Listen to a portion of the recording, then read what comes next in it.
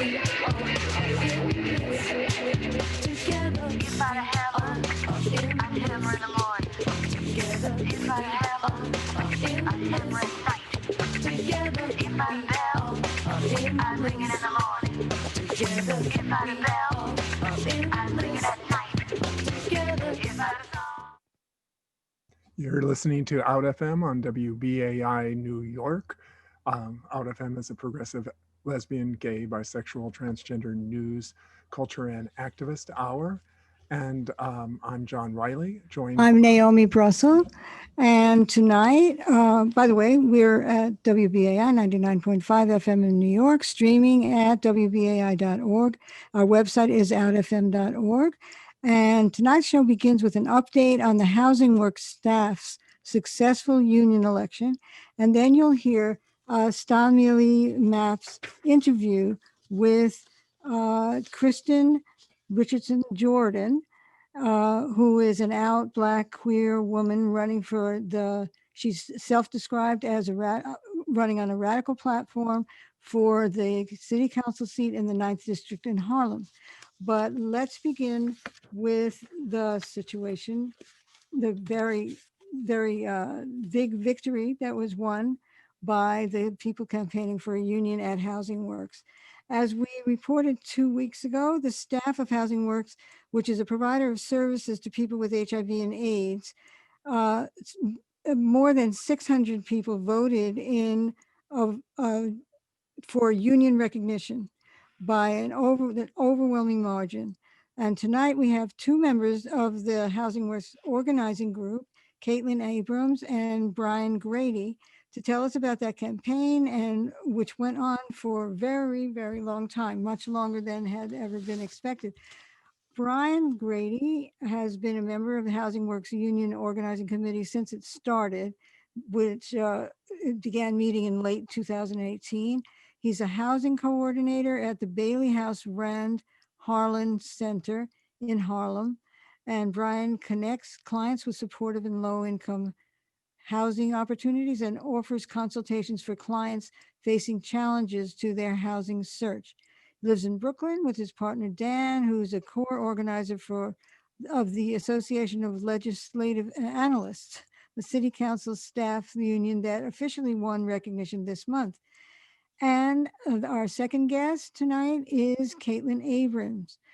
She's been a Housing Works, she's been there since September 2019, and she joined the Union Organizing Committee after the walkout that November, this is a year and a half ago.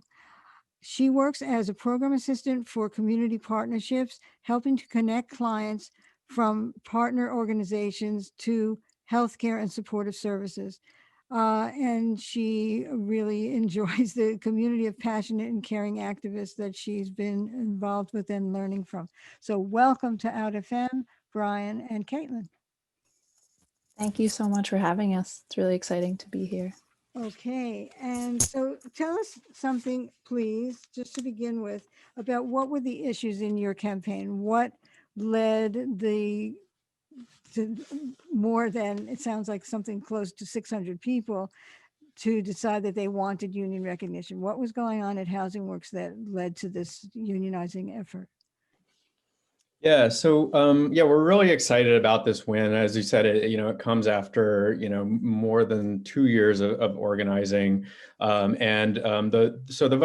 we organized more than 600 workers into the union. The vote actually ended up, we did a mail-in ballot election, and the result ended up being 180 yes to 25 no's, which we were pretty satisfied with. And yeah, I mean, when it all started, it basically was just a handful of us sort of meeting, at lunch in sort of late summer, early fall 2018, when one of our other sort of longstanding OC members started talking, to people and getting us together to talk about issues in our workplace. So in the beginning, it was really just a handful of us. But even at that time, we realized that we were all sort of facing issues that cut across different job titles in different parts of the organization, high turnover or high workloads, unclear communication about different things from our managers, complaints about pay and PTO, and most importantly, what's PTO? paid time off. Uh-huh. And, most importantly, just burnout. I mean, we do, really hard work at Housing Works, working with folks who are in some really difficult situations, and working with, some city organizations and other, organizations that aren't always, it's not, it's not rocket science, but it takes some expertise and patience and skill, to work with some of these programs. So, the U word sort of started coming up really quickly from the very beginning. And by Christmas, we had sort of started talking about reaching out to unions and to help us talk through what a union campaign would mean and what that would look like. So the union that, was the first to really give us an ear, and that put in the time and energy from the very beginning was RWDSU, who, helped lead us to this victory. That's the We- retail, wholesale, and department store workers union? Yes, correct. And another reason we went with them was because they had actually been organizing the bookstore employees at the same time. So we found out these were The two bookstore campaigns. that Housing Works runs. Yeah, at Housing Works. So, these were two campaigns that sort of got started at different times, but, we decided we'd come together and organize all of Housing Works. And we're really, really happy that on, I think it was December 23rd, we made that happen. Wow, it's really a huge victory. Kaitlin, you want to say how you got involved with this?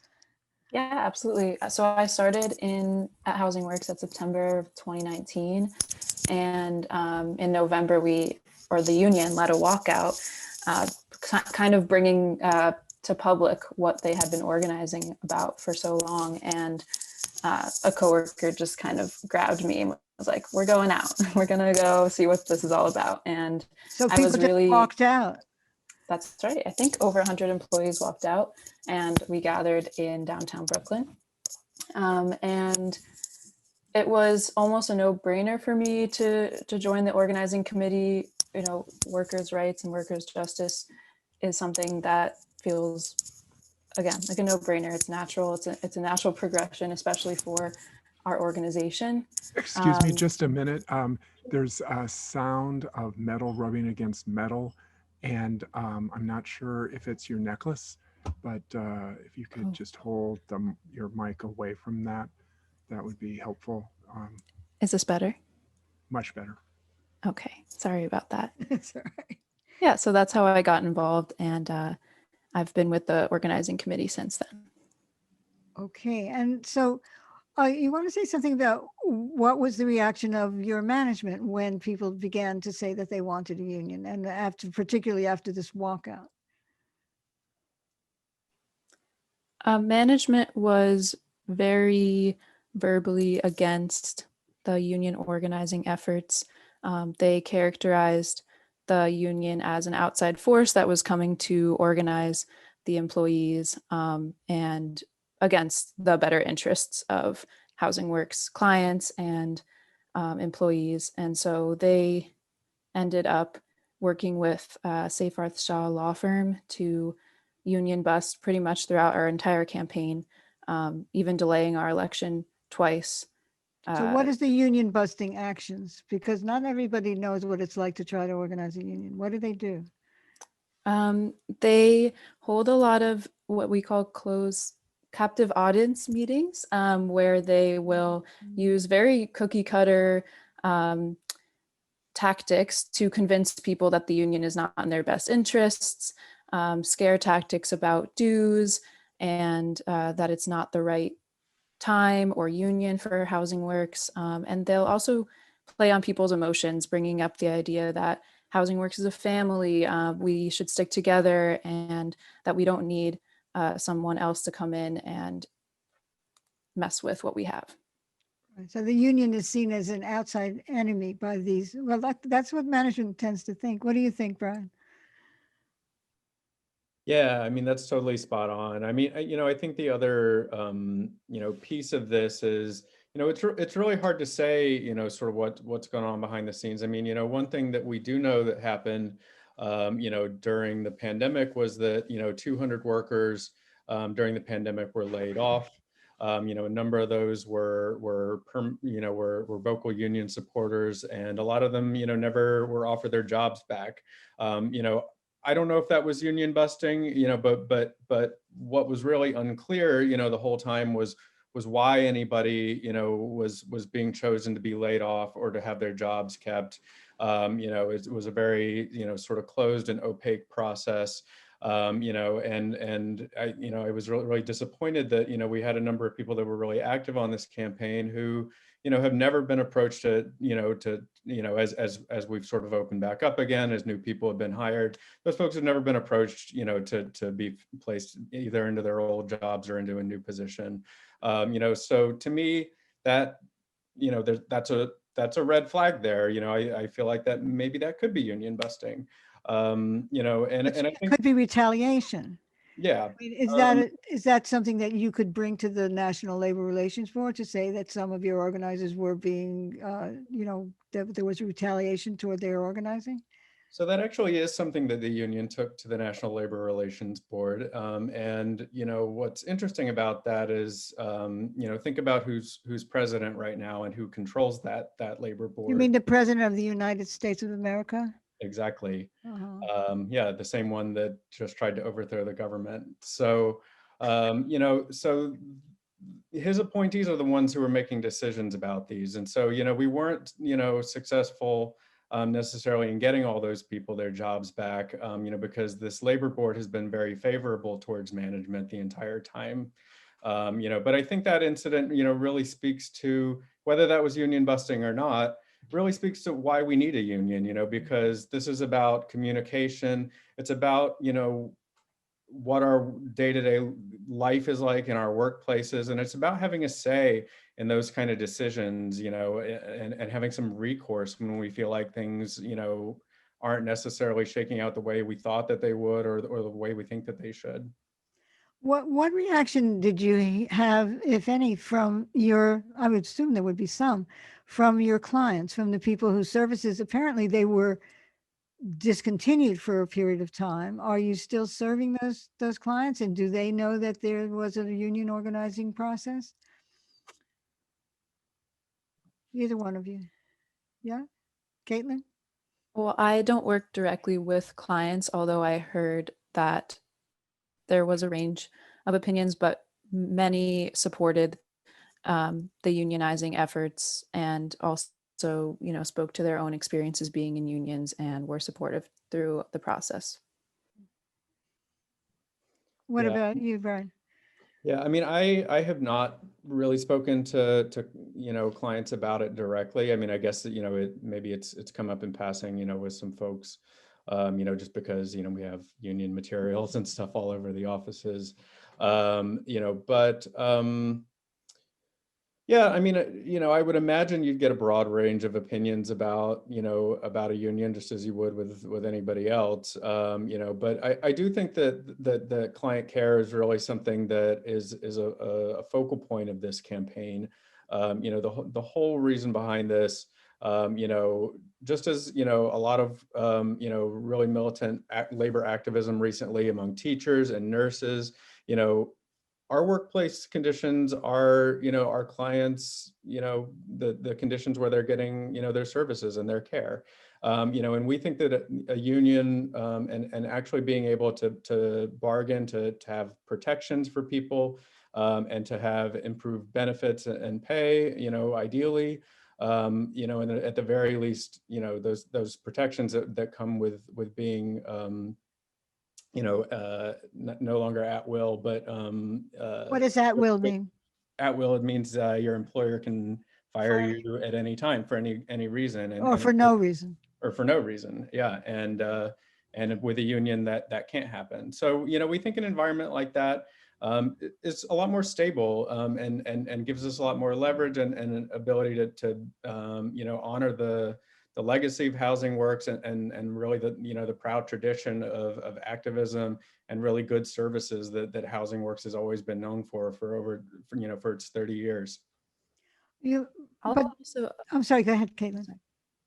I was just going to say, I'll also add that in the past, clients have complained that they are shifted around between case managers constantly. And that's a direct result of a high turnover rate, because our case managers have extremely high and overwhelming caseloads. So that is due to an unsupportive workplace. And I think that a lot of changing the conditions will change a lot of the client experience as well.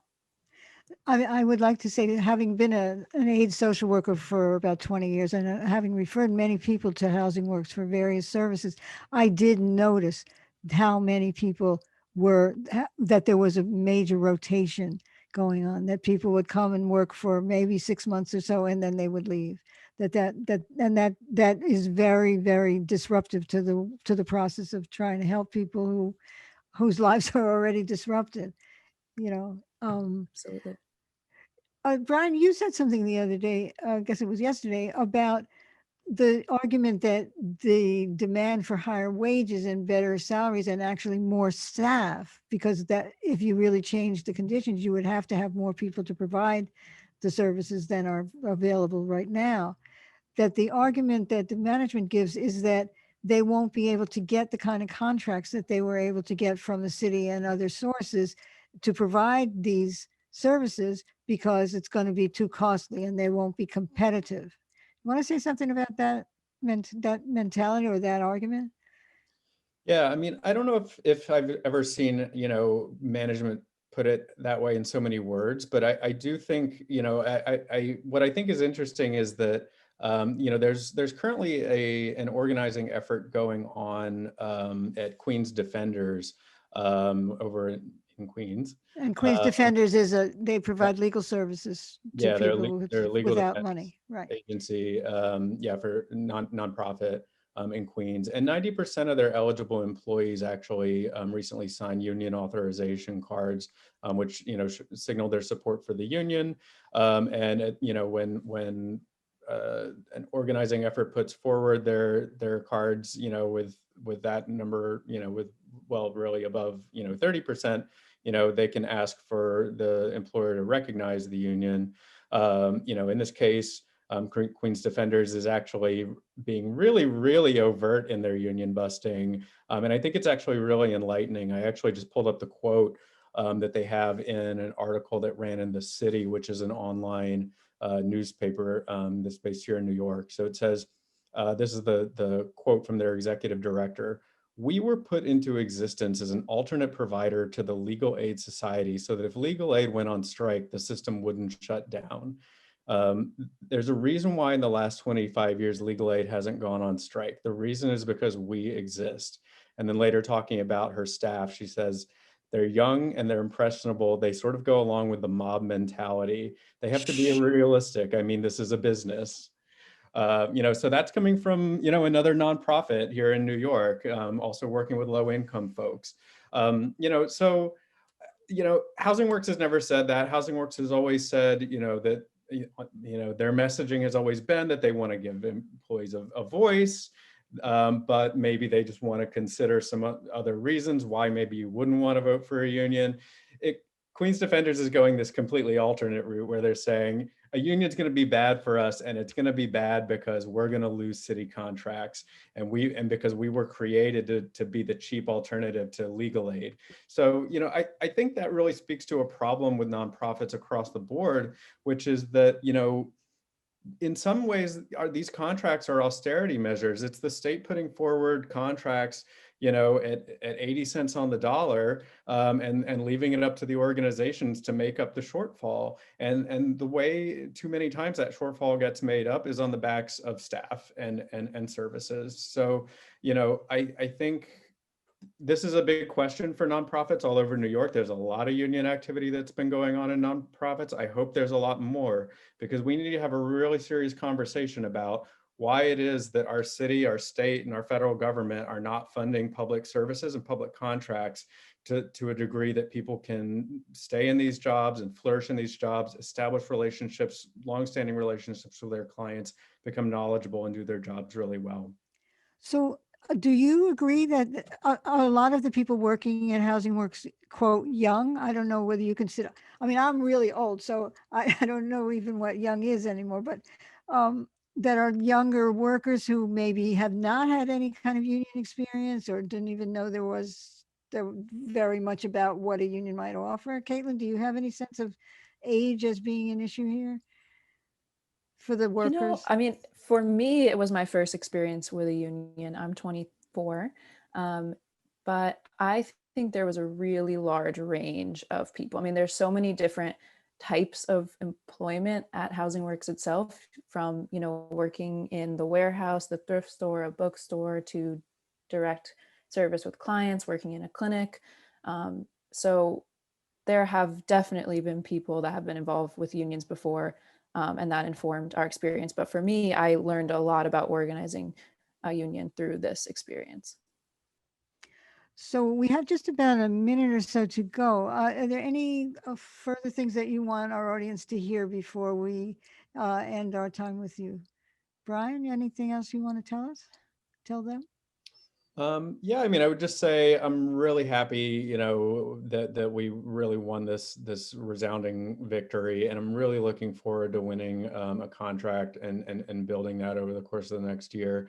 I think, we're gonna face some challenges. We're entering into a really difficult, budget cycle, for the city and the state, and probably the federal government as well. And as far as I know, Housing Works has still retained their counsel, who has tried to stymie us at pretty much every turn. So, but I think our vote is really, speaks to the widespread support we've always known this effort has at Housing Works, and to the dedication and organization of our organizing committee. And I'm really looking forward to a big win on this campaign, Right. as we Because go. now you're going to have to negotiate a contract. Yeah. Yeah. Kaitlin, any further things you want to say before we close?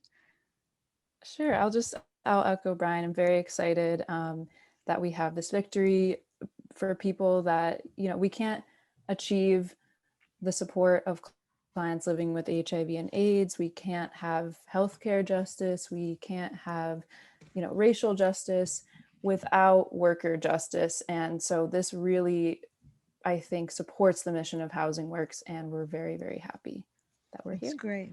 So I want to say thank you once again to Brian Grady and to Kaitlin Abrams for coming on the show, and wish you good luck. And we're going to be keeping in touch with you because we want to know what happens in the next phase. I would assume you haven't even started contract negotiations yet. So that's going to be that you got some time yet to do that. And I'm sure they're going to try to thwart you as much as they can. Okay, so thank you. Good night. And we're going to be moving on. You're listening to Out FM on WBAI 99.5 FM in New York City, New York City's lesbian, gay, bisexual, transgender, intersex, queer questioning, two-spirit radio show. And we're also on WBAI.org as live streaming, and our website is outfm.org. So John, I think we need to move on to our next. Yeah, that was a great Peace. interview, Naomi. Yeah, And congratulations to both of you, Brian and Kaitlin, and all the workers at Housing Works. Yay, good for you. So now we're going to the interview that Stamili Math did with Kristen Richardson Jordan,